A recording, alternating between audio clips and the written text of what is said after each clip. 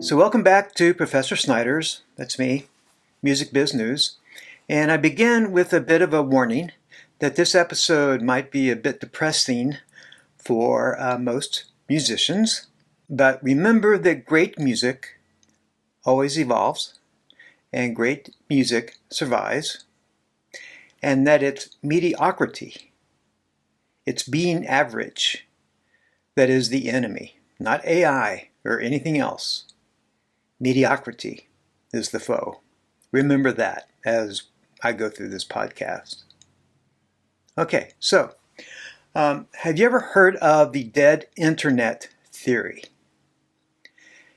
It's the idea that there's so much AI slop and even human-made saturation that AI-generated material will eventually flood the internet so thoroughly that nothing human can be found. Even the CEO of Universal Music Group, Lucian Grange, has described it as a content oversupply, of which he said AI has already been a major contributor. According to CSAC, which stands for International Confederation of Societies of Authors and Composers, and PMP, this could put 24% of music creators' revenues at risk by 2028. Due to generative AI, music creators could lose up to 10 billion euros, and that's over $11 billion in American, over the next 5 years, $11 billion, with expected annual losses of about $4.5 billion by 2028.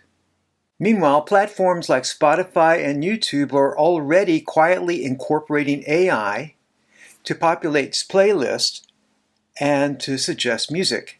By 2025, this year, expect AI-generated content to flood these platforms, often disguised as human-created. This practice erodes listener trust and devalues genuine artistry. Streaming platforms stand to save billions by replacing licensed music with AI-generated alternatives. Audiences may unknowingly consume music that's entirely machine-made, blurring the lines between authentic artistry and corporate efficiency.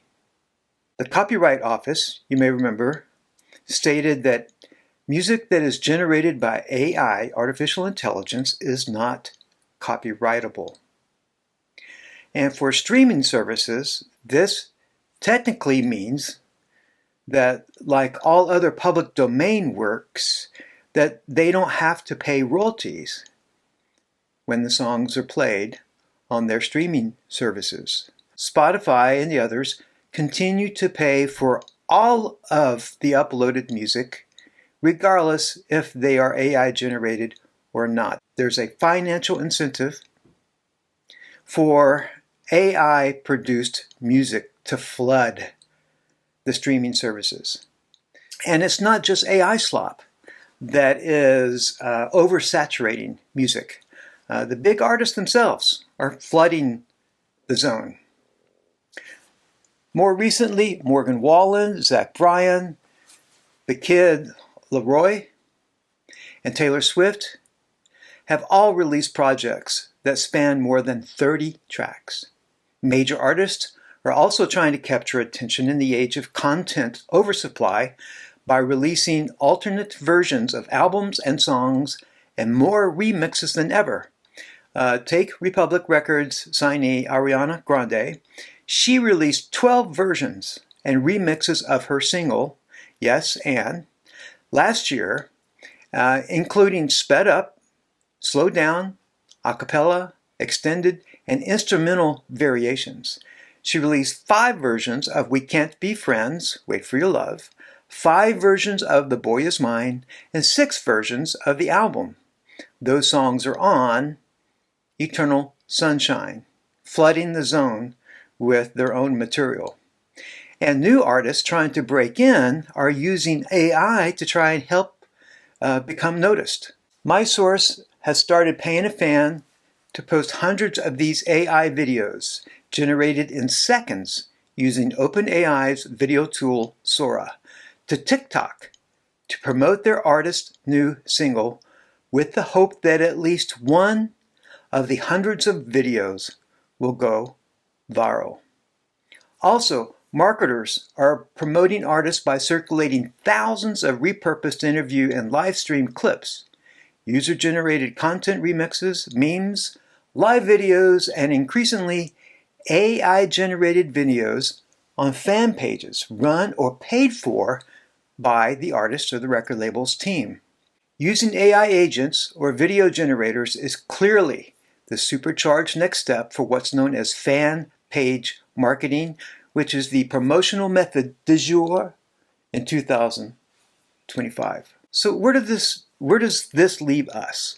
There's an article in Atlantic Magazine, and it's entitled, "Is This the Worst Ever Era of American Pop Culture?" An emerging critical consensus argues that we've entered a cultural dark age. I'm not so sure. The author bases this title on the current trends where investment firms and record labels are buying up all of the catalogs of existing artists' work for millions and millions of dollars. And that is because most people only want to listen to what they're familiar with, what makes them comfortable. The article quotes Joya, a music historian. "Music is turning into a rights management business. There are vested interests now that don't want new music to flourish. The private equity funds just want you to listen to the same songs over and over again because they own them. The ultimate effect, he thinks, is to discourage true, daring artistry. If Bach were alive today, he'd spend a few weeks trying to break into the LA music scene and say, I'll be a hedge fund manager instead." Most people fundamentally want to have cultural experiences that are mind-expanding and broaden their world, he said. If the corporations that control our culture refuse to deliver that, the people, they, will find a way around it and there will be a rebirth. We will have a new counterculture. He predicted a wave of new romanticism, emphasizing humanity over technology, and new maximalism, art made with unbridled ambition. Perhaps Joya is right, and there will be a new romanticism that emphasizes humanity instead of technology. After all, music has always evolved when people get bored and they want to hear something new. I mean, we've gone from Gregorian chants to 12-tone. We've gone from Baroque to freeform jazz. My question is, with this ocean of AI slop that's filling up daily, how can new music rise through the mud to the top and be noticed? Perhaps human music will become a boutique industry. Maybe there will be records that will have stickers on them that read, "Made by Humans." How will this new revolution of music come about? And perhaps it has, and we just haven't seen it yet. Or is the band playing "Nearer My God to Thee" like they did on the Titanic as it slipped below the waves? And in this case, beneath the dead internet. What do you think? Let me know. Thanks for watching. Please subscribe and like if you enjoyed this episode. It's the end, boys. We've done our duty. We can go now.